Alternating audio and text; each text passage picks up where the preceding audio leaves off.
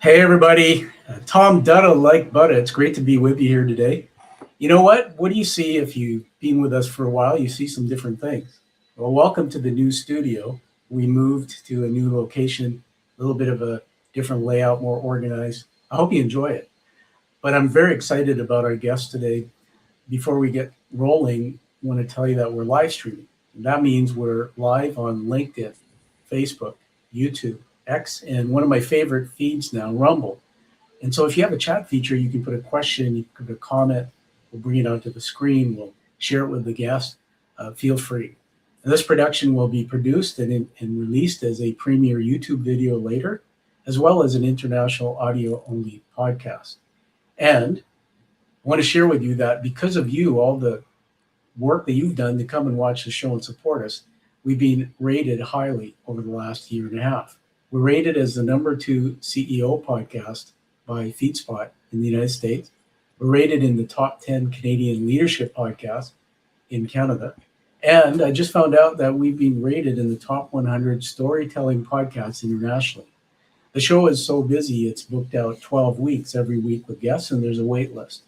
And this has been hard work, but also because of the great guests that we're able to bring on, much like Anny Chen, who he's going to meet in a minute.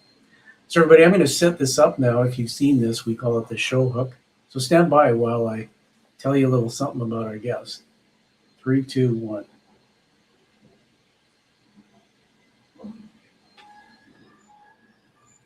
What would it be like to know about our guests from the inside out? It's cold, the kind of Vancouver cold that settles into your hands while the lights of the Christmas market glow against the water at Jack Poole Plaza. Anna, my wife, and I, we're moving through the crowd. There's laughter, there's music, the smell of food, and people wrapped in their own worlds. And then she appears, a gentle interruption, a young woman with a quiet presence and a quiet that cuts through the noise. Can I interview you? There's no hesitation in her voice, no performance, just clarity. And we step aside. And in that moment, I'm not just answering questions, I'm watching her. How she listens, how she holds space, how she sees me. And I'm thinking, this isn't casual. This is someone stepping into the unknown, choosing courage over comfort. Afterwards, I tell her I'm impressed with you, not just with what you're doing, but what you're becoming. And then I hand her my cell phone. Hey, let's continue this conversation because I'm curious about you. Come on my podcast. I mean, who leaves behind familiarity to rebuild themselves across cultures? Who questions their own identity instead of accepting it? I mean, who has the courage to look into the mirror and learn to see themselves differently? Well, today, I don't have to wonder anymore because she's here. And now I invite her from the green room into the conversation. Please welcome Anny Chen. Anny, welcome to the Quiet Warrior Show. Hi. I'm really thanks that you invite me, actually. You're so welcome. I'm excited to have you here. What was it like sitting back hearing me introducing you that way? What were you feeling when you heard those words? You just pull me back to that December. I know. It's like yesterday, right? It's like, oh. And that's the thing about the Quiet Warrior Show. It's all about storytelling. So on that note, Anny, are you ready to go with me into Plato's Garden? Would you like to do that? Yeah, sure. Okay, so let me set this up. I'm going to introduce Plato's Garden for the viewers who may not know what that is. And then you and I are just going to have some fun. So stand by, Anny. Okay. What would it be like to go into Plato's Garden with Anny Chen?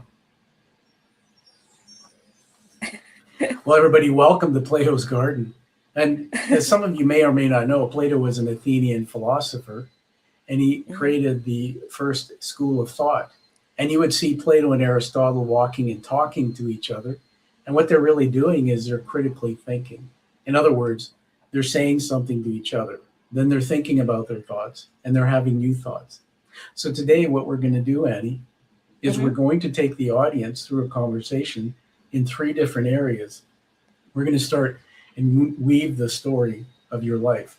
We're going to talk Mm. about micro, that's the personal you. We're going to talk Yeah. about macro, and that Mm. is the global influences on your work. And then we're going to talk about what I call mezzo, which is the sector Mm. where you do your work and you do a lot of great things.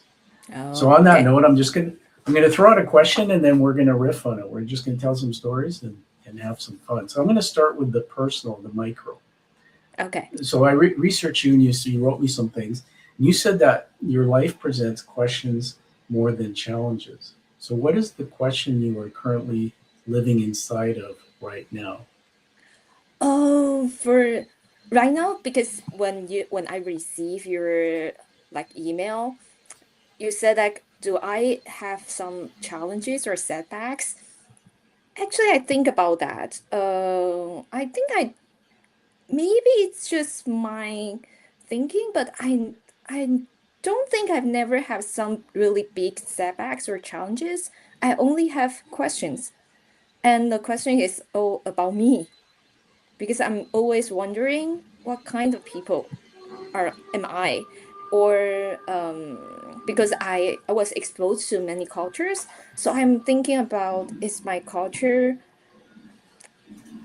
like really a good thing? I don't want to use good, but sometimes I would feel like some part of my culture I don't really like it, but I don't know if it's a good way to don't like it. Yeah. Well, Yeah. I want to riff. I say this all the time. I'm going to riff with you, meaning I'm going to talk and tell stories back to you. So first of all, Yeah. thanks for the courage to share that. And Mm, what's interesting is I was telling you before we came on, and my audience may know that I just finished my doctoral, and it was about mm, unfolding your identity in a complex world. So this is mm, very interesting, and I think that the more we talk to other people, like the more I talk to you, we yeah. tell each other stories. It's we can see in each other maybe a little bit more of our identity. Mm. I'm just curious when you say cultures, just tell us which cultures are you referring to?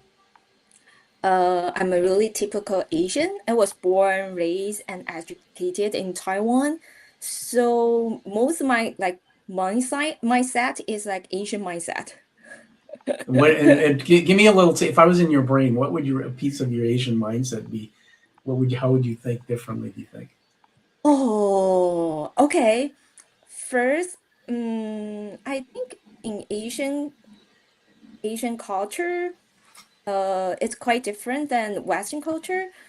The Yeah, biggest part is that we are often assigned that certain tasks by society or by our parents that we are always told that we have to get good grades or behave well.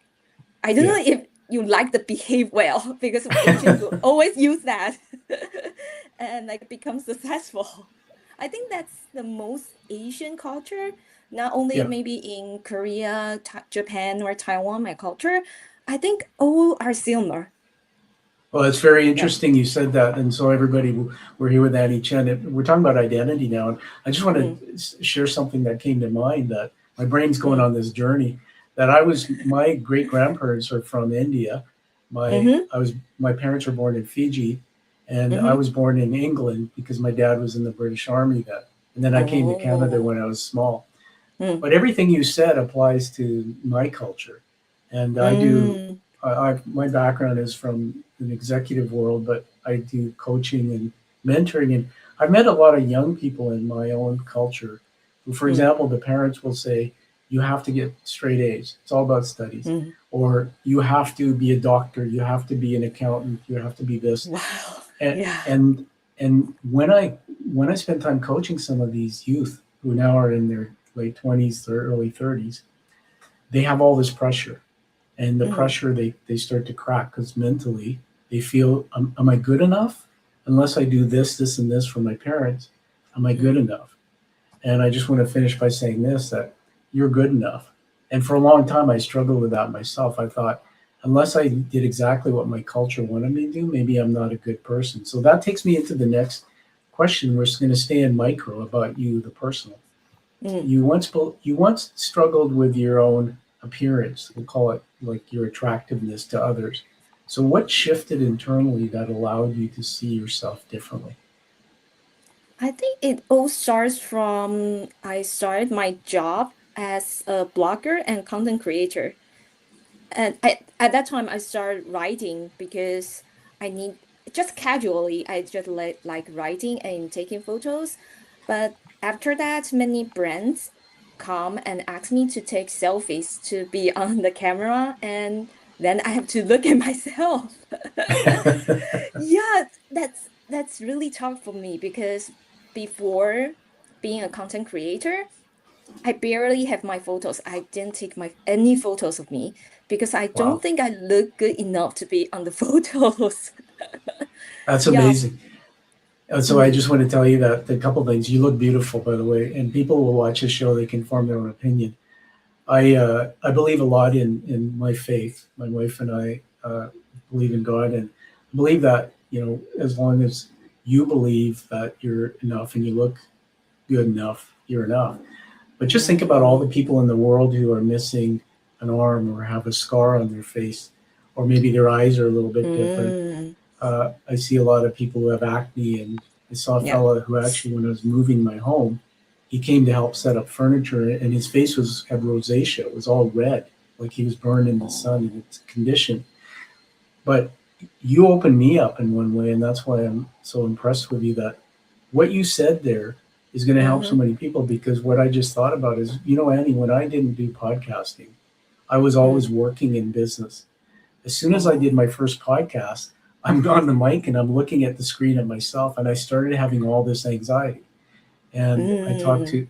I have a counselor that I work with because I believe in counseling. And I said, every time Dr. Ron's his name, I said, every time I look at the screen, I see this ugly guy. I don't think I look good. I'm conscious. Mm. And I'll tell you what I found out. I studied neuroscience, which is about the brain. And I just want to do this with the screen. You see in the back there behind me, there's a brain. You see Yeah. that Yeah. picture? I saw that. It's actually a replica of a real brain. And Oh. I call him or her Mr. or Mrs. Brain.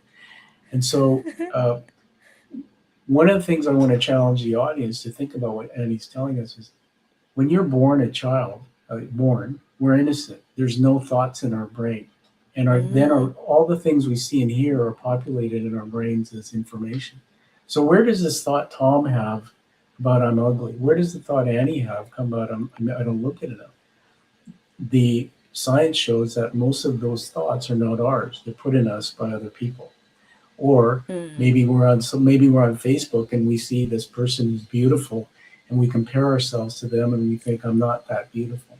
So we're all beautiful. It's just the pressure comes from outside. So I'm very impressed Yeah. with what made you reflect differently. What do you think was the turning point where you started to feel, I look okay. I'm I'm fine. I I think the turning point is that because I need to take photos. So I took thousands of photos during that time, like literally thousands. Yeah. I Yeah. when I look at my photo, sometimes I'll be think, maybe my nose should be like smaller, or maybe my face should be slimmer. So I always added my photo. Yeah. But at the same time, I realized, oh, I don't need to edit my eyes. So I have beautiful eyes. Oh, You do. and Yeah. yeah, and I don't have to edit my smile because my smile is actually quite charming. So at that time, I figure out that, oh, I do have something that I don't like about myself, but I also have something I like about myself. I see It's more a clearly. Yeah. Yeah, you've just taught us a lot there. Everybody, come back and listen to this part, especially if you struggle with self Mm. acceptance. Uh, I call those affirmations. So I'm just going to tell you what I heard. I have Mm-hmm. nice eyes. I Oh, have this. So you're okay. telling your brain, when you say that, your brain believes every word. It doesn't know the difference. So you're using affirmations, and I think that's one of the things that I Mm-hmm. started trying to do. Is I would watch back my videos after I interviewed, and my wife would sit beside me, and I would be waiting her to say, I'd be waiting. You met Anna, right? So I'd be waiting Uh-huh. for her to say, "Honey, you look great," and she wouldn't say it. And so one day I looked at her and I said, Do you think I look okay?" She says, "You're very handsome. You look fine, whatever." And then I started remembering that I have to just believe Mm. that I do, right? So that's really cool. Yeah. Let me ask you this: Um, Mm. you talked about in the research I found you sent me, making a change, a 12-year relationship. Changing that wasn't just a decision, it was a transformation for you. So, what did Mm. you discover about yourself on the other side of that ending?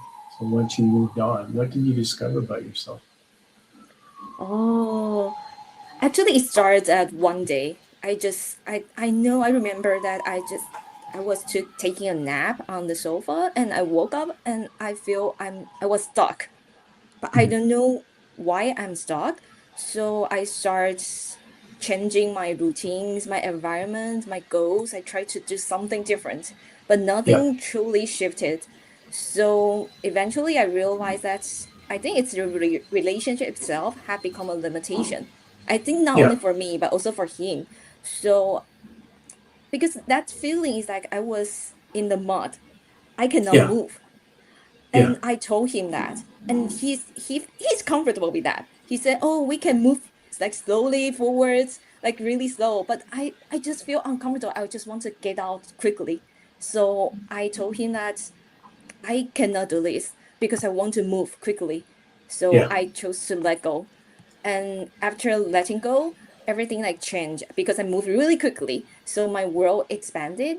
I began to meeting new people, moved to Canada, and joining a media program. And I started interviewing people. I think the eyesight becomes like wider because Ah, yeah. before the world is only him and me because we started the company together. So we be with each other like 24 hours, 7 days.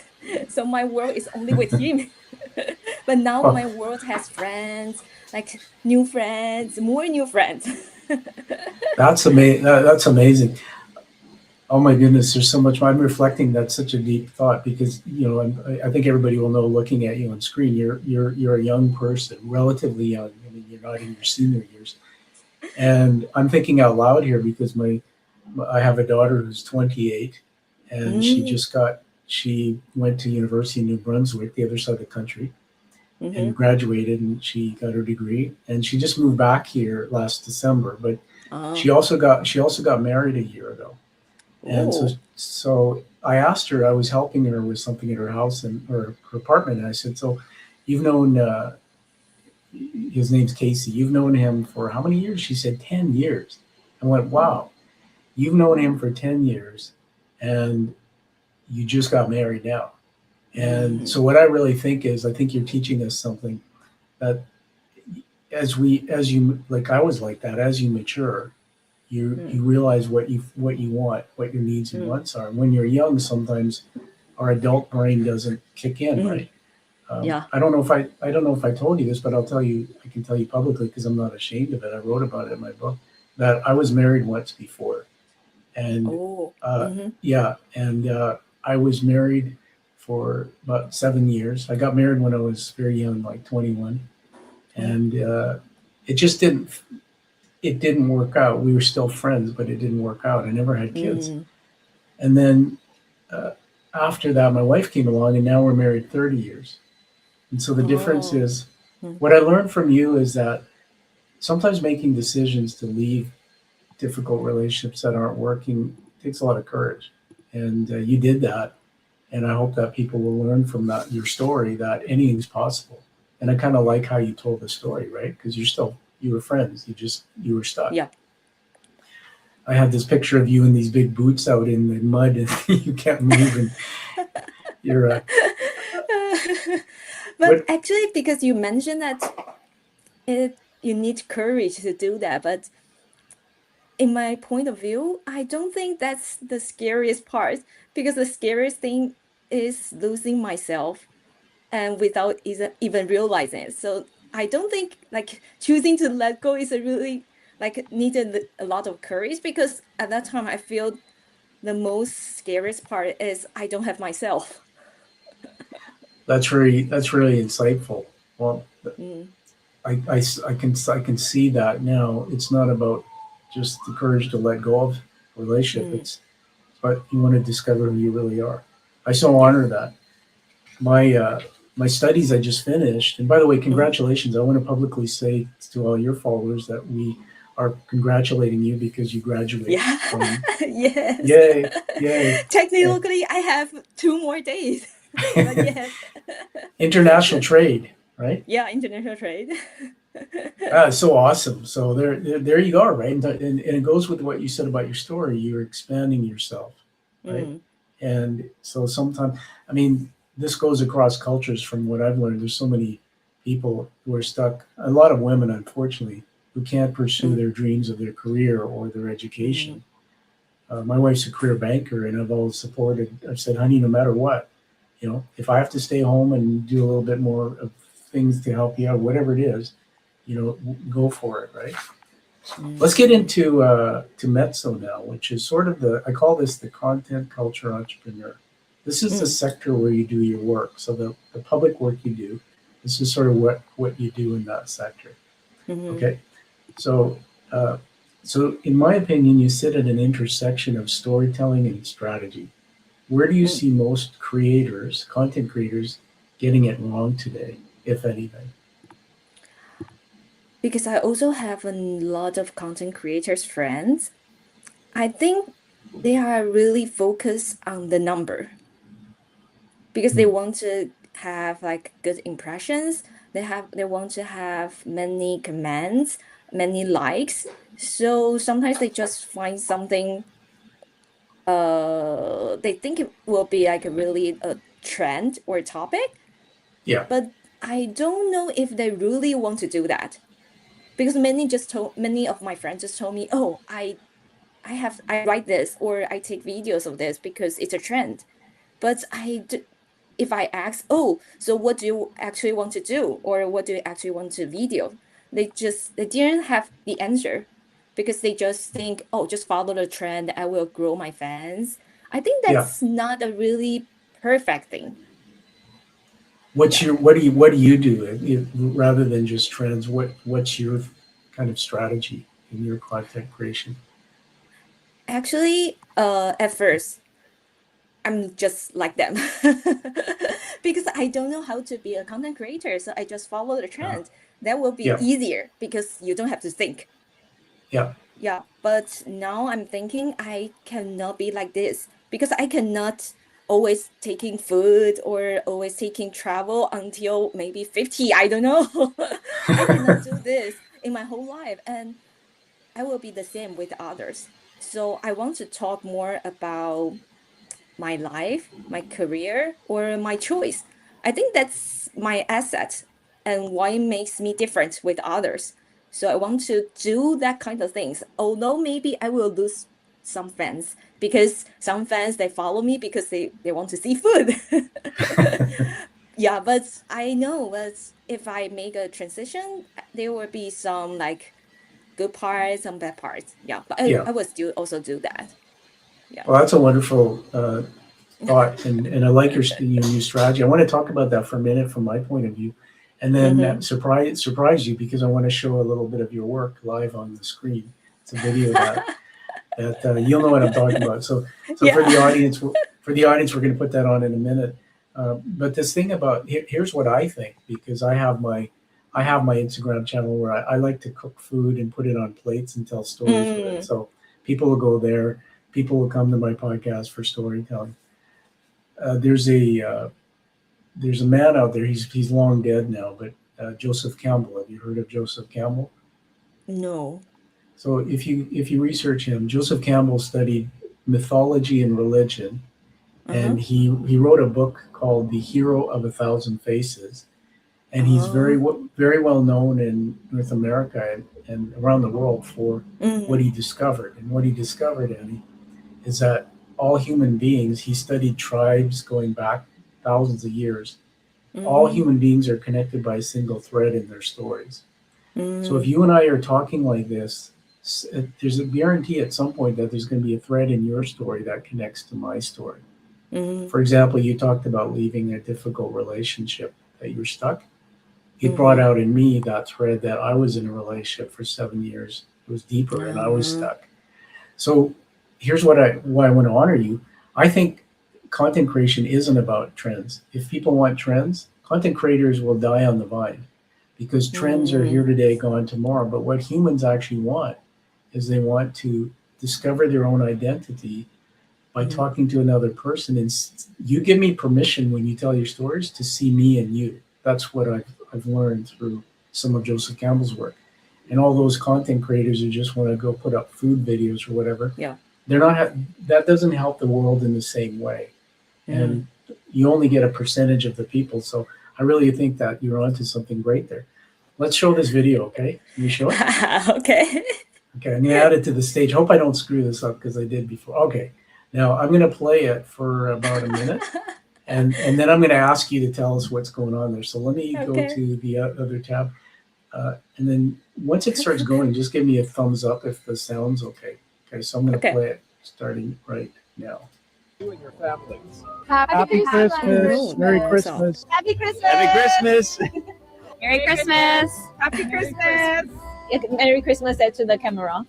Well, I'm talking to the world then. Yeah. Right? Yeah. Okay, people, I'm going to cry saying this, but you got to get it together. It's not just a fake little holiday. We can't act with kindness and love and understanding that we're all the same. Now I'm just gonna go ahead a little bit here and see if I can find the part with there we are. There's, let me play this first for about a minute, and then I'm gonna talk. We can talk about it.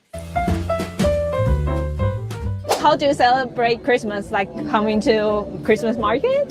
We do all of that. We've been living here since we were little. She's from Italy. My mom and dad are from Fiji Islands, and we celebrate every year coming to the market. We do all the local sites, right? We go to Barge Lake and Coquitlam. We check out everything for Christmas.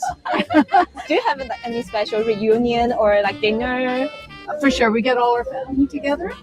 Get the kids. This year will be really special because my daughter moved back from New Brunswick. She was in university. So we're going to have her back. So we're really happy. But we get all our family together for Christmas. One of my favorite traditions is we have a village.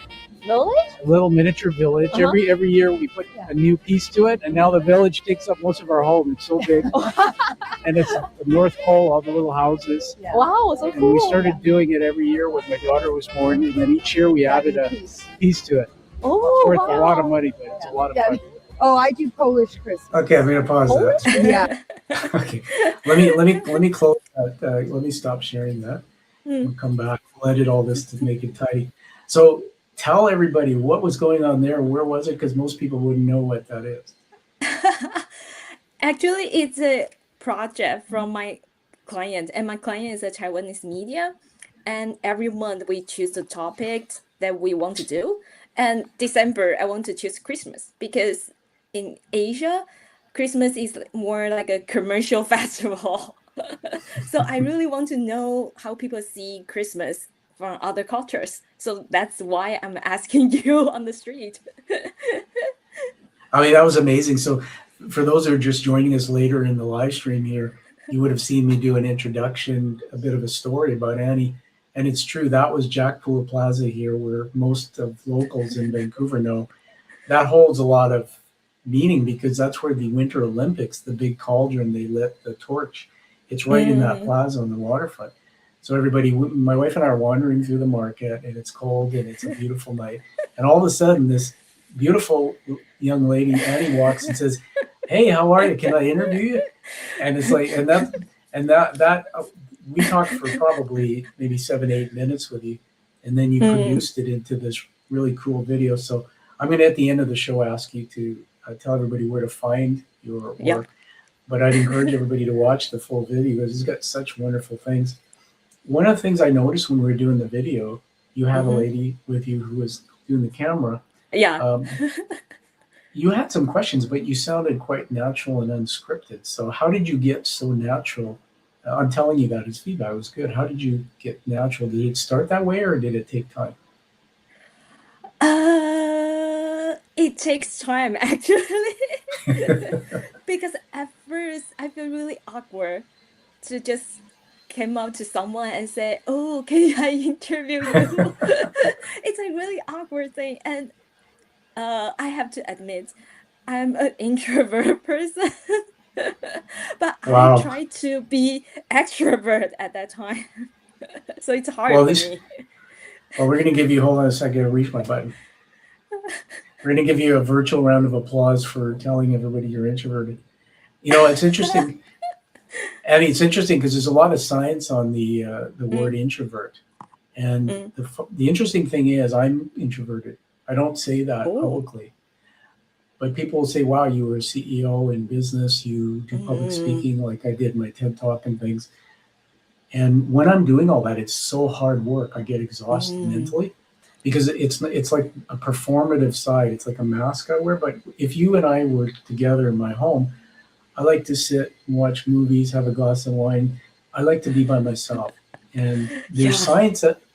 science that says some of the people who are like to be by themselves a lot Mm-hmm. are tend to be very strong people.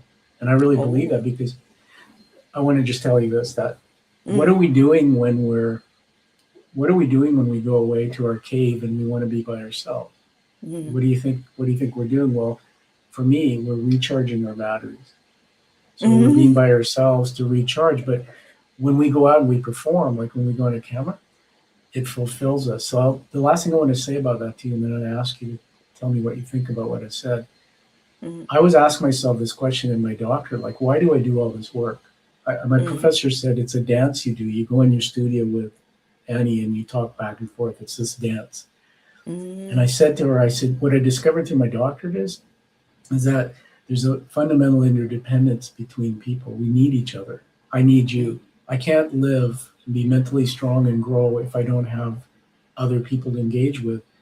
And it's what happens in the space between us, not you talking, me talking, but those thoughts come in between us.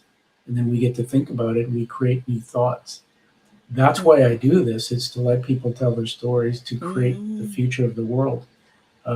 So any comment on that?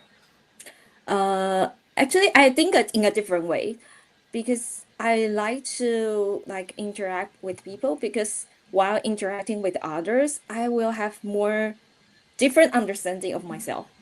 Because when I only stay with my room, I can only have my own thoughts. But when I talk to others, I will say, oh, maybe they see me in this way. Oh, maybe I have more thoughts about this topic. So if I keep talking, I will have many things pop up in my brain. It almost sounds like you wrote my doctorate thesis because that's exactly the research I did. It's like what happened? No, I'm serious. I'll send it to you to read. But what happens between?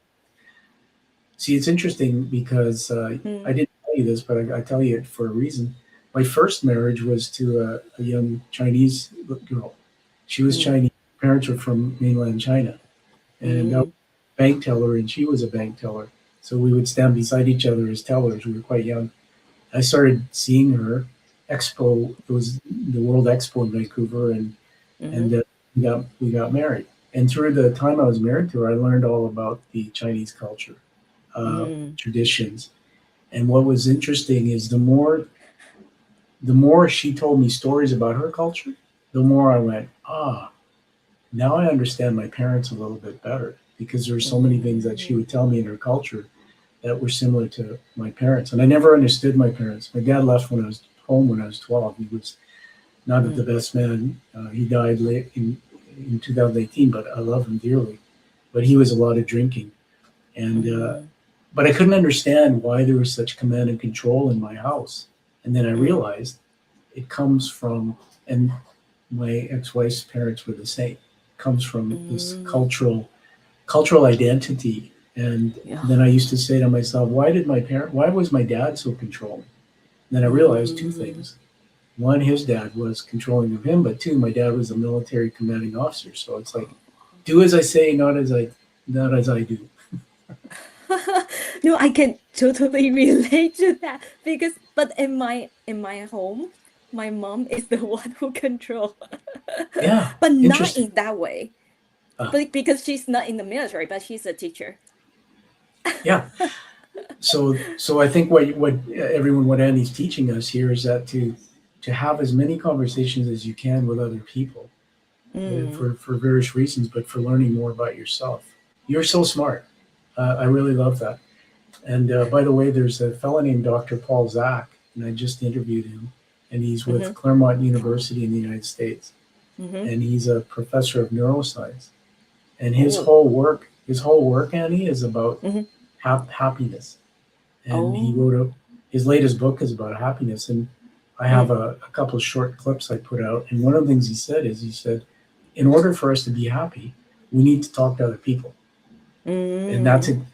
And most people don't understand that, right? So it makes me also think about, as we get older, seniors, they get put in homes, or they start aging, and they start not being able to go out and engage with people in life, and you see them start dying quickly. Okay, I'm going to ask you another question here. Go back into Plato's. You having fun? Yeah. Yeah, It's quite interesting. I'm having a lot of fun with you. See, I told you an hour would go fast. We're almost at 40 minutes, right? All right. Okay, so Annie, as you build your self-discovery app, what gap are you seeing in how people understand themselves in today's fast-moving world? Oh, wow, that's a really a tough question, because nowadays the world is like really complex. So, and moving really fast, especially in Asia.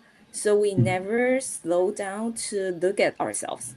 So when I meet someone, I can, when we talked, I can know, I think I can know better than him or her, because we don't have time to really stop and think about ourselves, or why we are doing, or why we are choosing this field. For example, I have a lot of friends. They are doing like maybe like science or engineer right now. I ask them, "Oh, are you happy with the job?"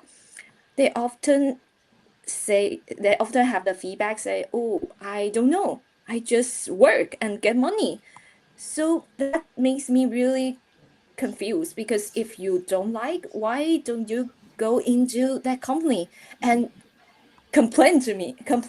I don't know why, because many people, they don't know why they are working, or why are they eating this restaurant, or why do they go to travel. They just want to. Maybe many people go, so they just go, but I don't know. I don't think they ever think about why, or how, or why they are doing this.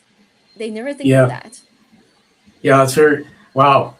Boy, I'll tell you, they say the difference between how does it go? The difference between knowledge and wisdom is time. And you have Uh-huh. such wisdom for somebody your age. I think you're very worldly. You have a worldview. And I Mm-hmm. don't say that just to compliment you, but I Oh, start thinking thank about you. what you're welcome. But people have to understand, like, there are people in the world who will get to 50 years old who would never Mm, have seen and talked to the people you talk to. So mm, you went Taiwan to Canada, having your own platform, doing videos, meeting people all over the world at the Vancouver Christmas Market. All that knowledge in you, that gives you worldview. You really are very intelligent that way. It's interesting because this gap you were talking about, why are you? I always wondered that too. And I remember seeing some research a long time ago that said the average person will change jobs 7 times.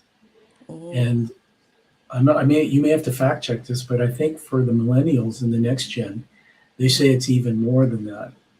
mm, You're the, for example, my daughter, if she went when she was 16, she went to work for McDonald's. Right? We know mm, McDonald's, right? It's not a commercial mm, for McDonald's. And after she brought home the employee handbook, and after a week, she talked to us and said, "I don't want to work there." And I said, mm, "Why?" And she didn't. She saw all the paper they wasted and how that was affecting the environment, and she thought that it wasn't the company didn't have a good mindset about the environment. So mm, there's one more story I want to share with you. I was at a public talk. A consultant came in and he was sharing a talk with a group of CEOs, mhm, and he told the story that there was a young man who applied for a job at a company, and they mhm, sat him down in a room. He came in a t-shirt. He was a bit late, right? So he didn't mm, exactly do the things you think people should do from the past generation. mm, They asked him if he wanted some water. He said, okay. They brought him a bottle of water, did the interview, and mhm, afterwards he left. And he never followed up, and they called him back, offered him the job, and he said, I don't want to work there. And they said, why? mm, And he said, because you brought me water in a plastic bottle. This is a true story. So it's amazing that the I'll finish with this, that the generations, as the world's changing, as you're teaching us, people are going to go and work where they want, how they want. And the other thing, all my life, sometimes I used to say, do I live to work or work to live? And I actually want to work so that I can be happy and fulfilled, but I can go out and have fun. And so if I'm not happy in a company, so I think what you said makes a lot of sense, and I hope that the world's changing. What do you think? Yeah, I think as long as you know your goal, I think always fine. You like to work and then work. You like to travel, then travel. But not many people think in that way. So yeah, I hope So everyone can know why they are doing. yeah. And I think the only way we know, just from what I think, is you pause, you slow down, and you think. And that's what you're teaching us today. The world goes fast. We have to pause and slow down and think. So that's so awesome. Now we're going to go into the last part of Plato's, which is macro. So macro is like the global world. So what were the influences of context of you, life and work? I'll give you an example. My father-in-law passed away, my wife's dad, but he grew up as herding sheep on the mountainside in Italy. And it was during World War II. And he didn't have any money. So he always used to think that people, when they bought fancy things, that they were wasting their money. So the war and him and the depression, it influenced how he thinks. So what macro is about is it's about that. It's about what's influenced you from a global point of view. And we already know you were in Taiwan and that. So here's the first thought I'm going to throw out for you to talk about. So Annie, we're living in a time where identity, culture, and belonging are constantly evolving. So what do you think younger generations are getting right that older generations may not fully see yet? Oh, let me think about that. I think younger generations, because when you ask me these questions, I will always use my culture to think.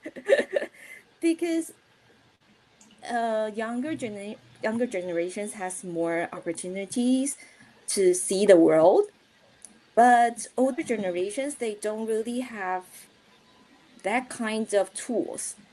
So sometimes, okay, in my culture, sometimes my mom they don't know what am I doing? Why do I really need to go out or something? But I really do have the opportunity to go out to expand my eye view.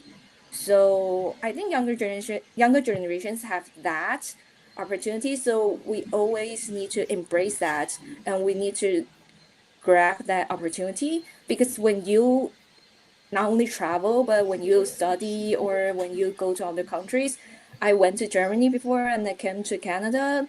I have exposed to different kinds of cultures that I will know myself more, and I will shape my identity more, and I can make some culture integrations.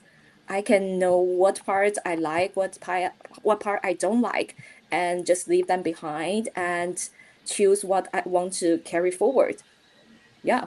Wow, such a great thought. I'm just going to riff on it, talk back about it. You made me think about this, that when my my parents' generations, let's go back where in time where there were no roads, right? And the typical family, maybe the husband, the wife, they worked they had a farm and they worked on their farm, and then in the evening they all sat around the dinner table together as a family. Yeah. All of a sudden, the Industrial Revolution comes into the world, and the road systems are put in place, and a company opens up 100 miles away, and all of a sudden, Dad has a car, and he, instead of going working the farm, he gets in his car, goes 100 miles or 50 miles to work at the factory. Now, Dad's not home for dinner, and who stays at home looking after the children? Well, in my parents' generation, and my wife's mom does. She's nurturing the children. So she's sacrificing her career and blah, blah, blah. What's really interesting is you taught me something, because I remember this. Anna's mom looked after 5 children. She's from Italy. She didn't speak that much English. She looked after 5 children, but she would talk about wanting to go to travel the United States and go see her sisters. But there's so many things she didn't do because of that tradition.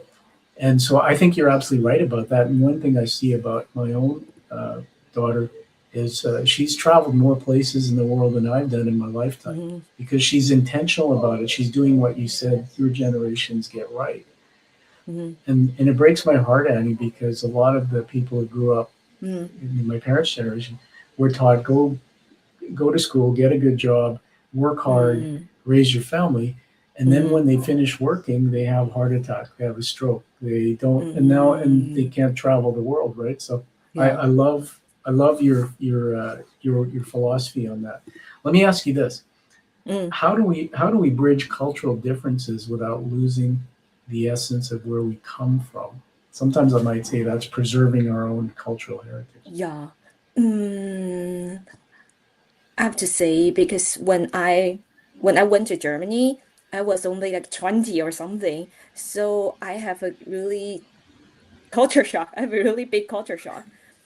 Because when I think most of the time it's about studying or the way of thinking. Because I remember one time, the professor, I make a presentation, and the professor said, "Oh, if I can find everything you just presented on the internet, what should I listen to you? I want to hear your opinion." But in Asia, it doesn't work like this way, because in Asia, we have a text and we finish it and then submit it. We don't need to have our own thoughts.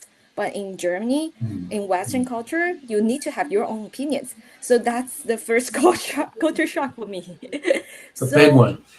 Yeah, a big one. So at that time, I started thinking, oh, I should have my own opinion. So I need to have some. So at that time, I'm really tough because I don't know how to have my own opinion.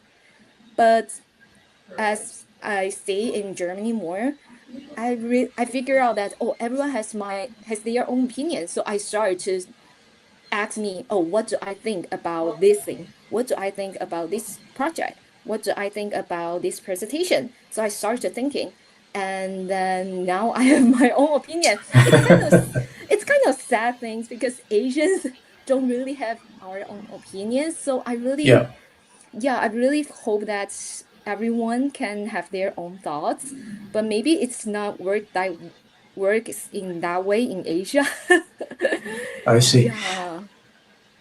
See, this is why I like talking to you, because you get that perspective. I don't get that perspective from everybody, but I just want to say that what I've learned, and again a little bit of India too, is it's not, to me it's not so much about being Asian or being South Asian.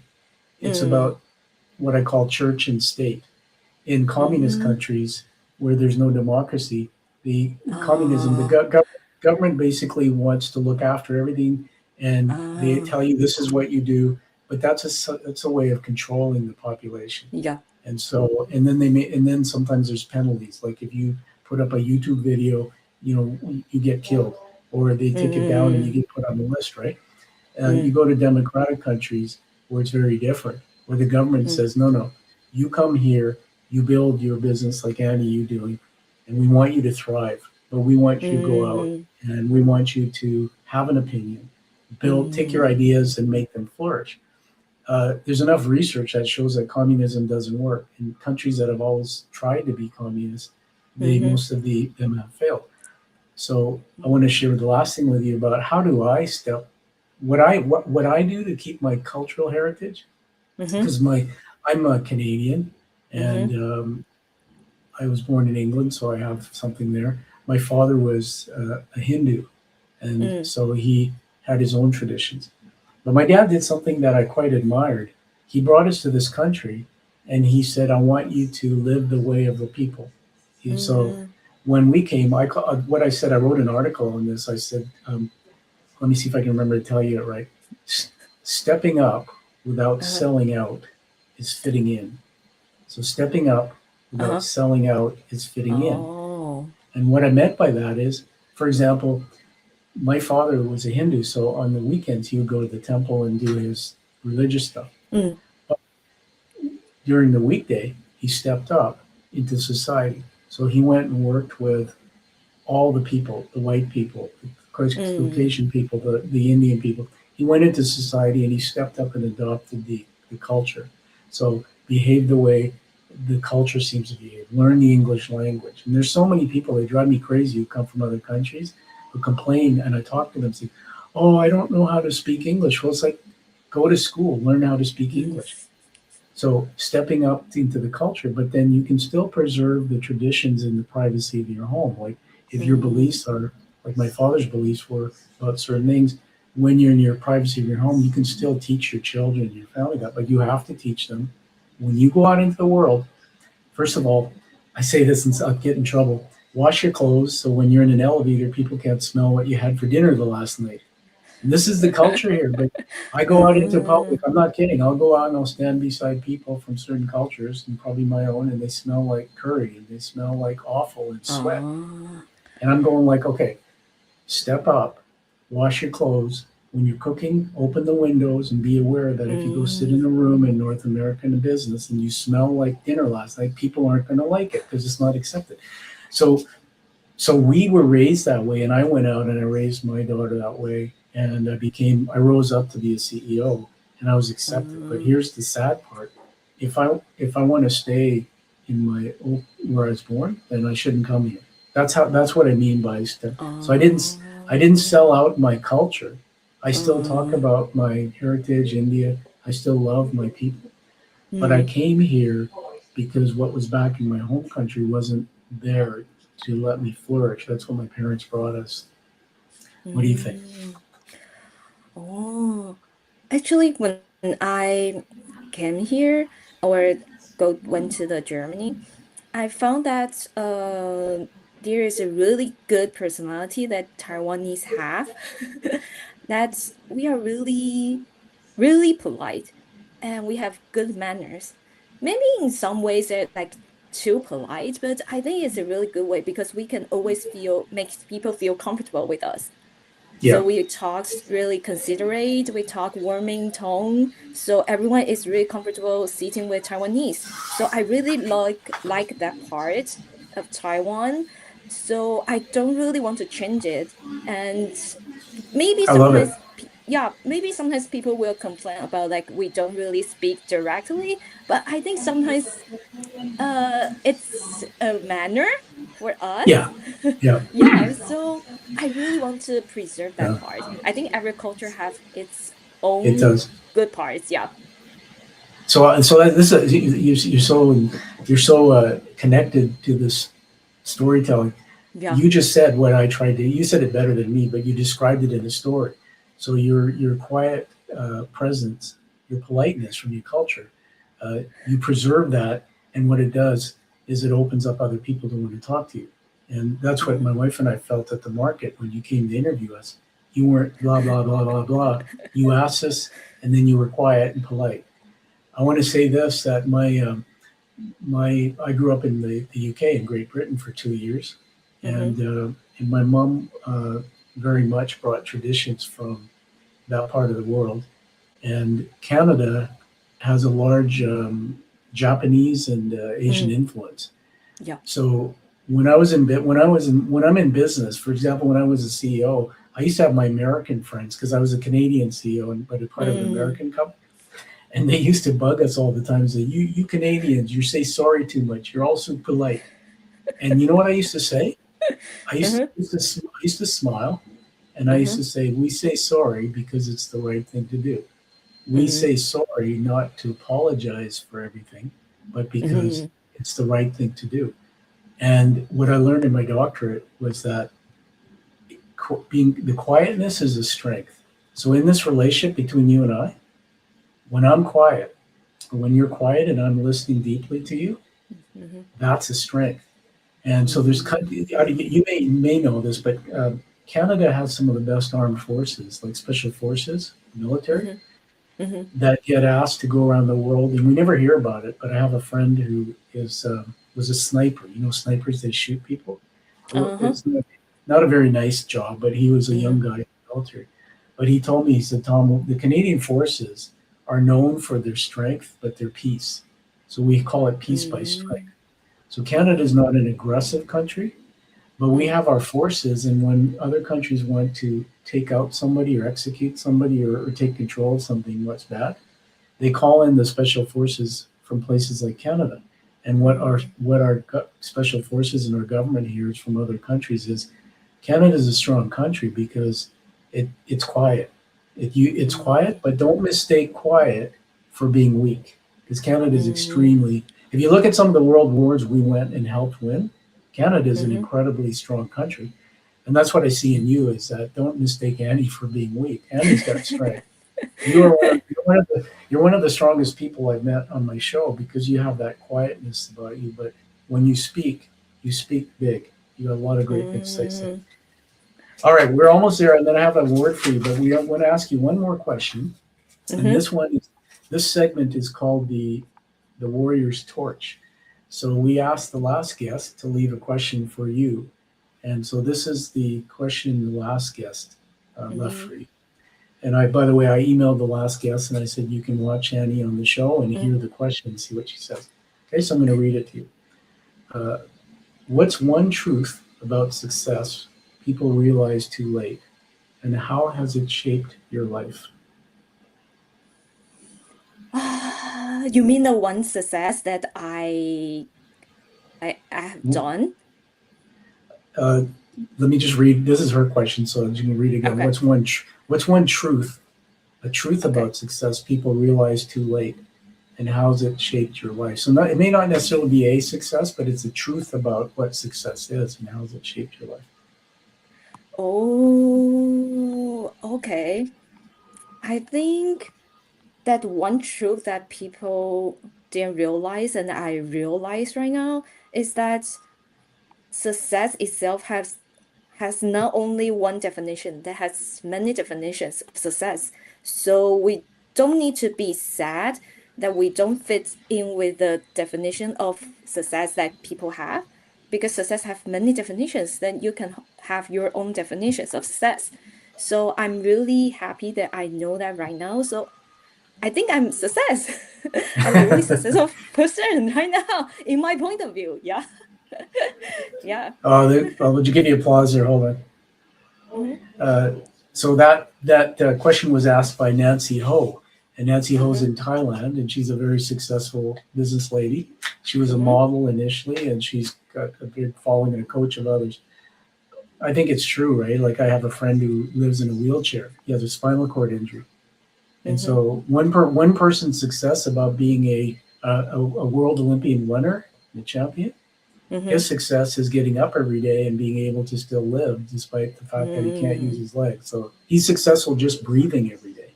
So I think your answer is very insightful. So thank you for that. And so, hey, Nancy, I hope you watch the show and somehow we can. Nancy has a podcast and she's in Thailand, so maybe one day we'll get you to appear on her podcast. Cool. Okay. All right. You're getting an award today. Did you know that? No, I didn't know that. Okay. Next time I ask you that, you say, yeah, Tom told me. So I'm glad you did know. A lot of people, when they watch my other shows, if they stay to the end, they might see this. So I'm going to put another camera on the screen here. So you see that camera there? I'm just going to try and make it look different. See that? No, I don't like that. Let's try that. Uh-oh. Where'd Annie go? Oh, no, there she is. Hold on. Sorry, Annie. Okay, let's do that. So this is my studio. This is my action cam. Hey, everybody. Oh. And so, Annie, we're going to give you an award today. I want to explain what it is. So have you heard of the challenge coin? No. Okay, good. Let me tell you, a lot of people haven't. So this comes with the award. And by the way, you live in Vancouver, so it'll be my honor to meet you and present it to you because I want to get a picture with you. A lot of awards I have to mail around the world. So let me read you this. So I'll just turn to the camera. So challenge coins surfaced during the World War I era. The practice of carrying a coin, coin designed specifically for a unit, was popular with the Army Special Forces. Carrying the coin at all times and presenting it when challenged to prove affiliation with that unit resulted in a number of consequences for those who could not produce a coin. The most popular required the coinless soldier to buy a round of drinks. That practice continues to be popular today. So when I started the show, we're now over 350 live interviews. I had no idea this would be this way. And I said, I want to get an award for people who are the 1% of people in society who will come to the show. These are people who have taken life's challenges, turned it into something to be in service to others. It's very hard to get on my show. You're one of those people. So, Wow, thank you. so I have these hand painted and crafted, so you can see the front of it, Oh, the raised yeah. lettering, and they're very hefty. And then the back of it is the hero's journey I was telling you about by Joseph Campbell, about the journey most people take to learn, come back, and Oh. teach others. So congratulations. Oh, thank you. Well, welcome, Annie, to the Quiet Warrior community. And so for life now, we're connected. And my commitment to you is, as long as you carry the coin and promise to keep doing what you're doing in the world, yeah, you and I'm here to help you further your work. So congratulations. And offline, we'll figure out when to meet so I can, Yeah, I can sure. award that. Okay. So now, as we go to wrapping up, I'd like to ask you to have the last word. Anything you haven't said to the audience you want to say, and then tell people what's important, where they can find your work or you, anything at all. I think people can find my work on Instagram, and I also have a blog, and I also have an official website for my design work that will be published around May or something. Yeah, so people can find me there. And the last word for people is that in this world, in this complex world, we may feel lost, and I think it's totally okay to feel lost, and that's exactly how we find ourselves. So don't be afraid. Oh, that's wonderful. Well, thank you, Annie. It's been a pleasure having you here, and we're friends for life now. And to everybody out there, find your true purpose and live your life, but live the life you deserve and desire, like you're hearing from Annie. We'll see you next week on the Quiet Warrior Show, everybody. And Annie, thanks again for being here. We'll see you again. Okay, thank you.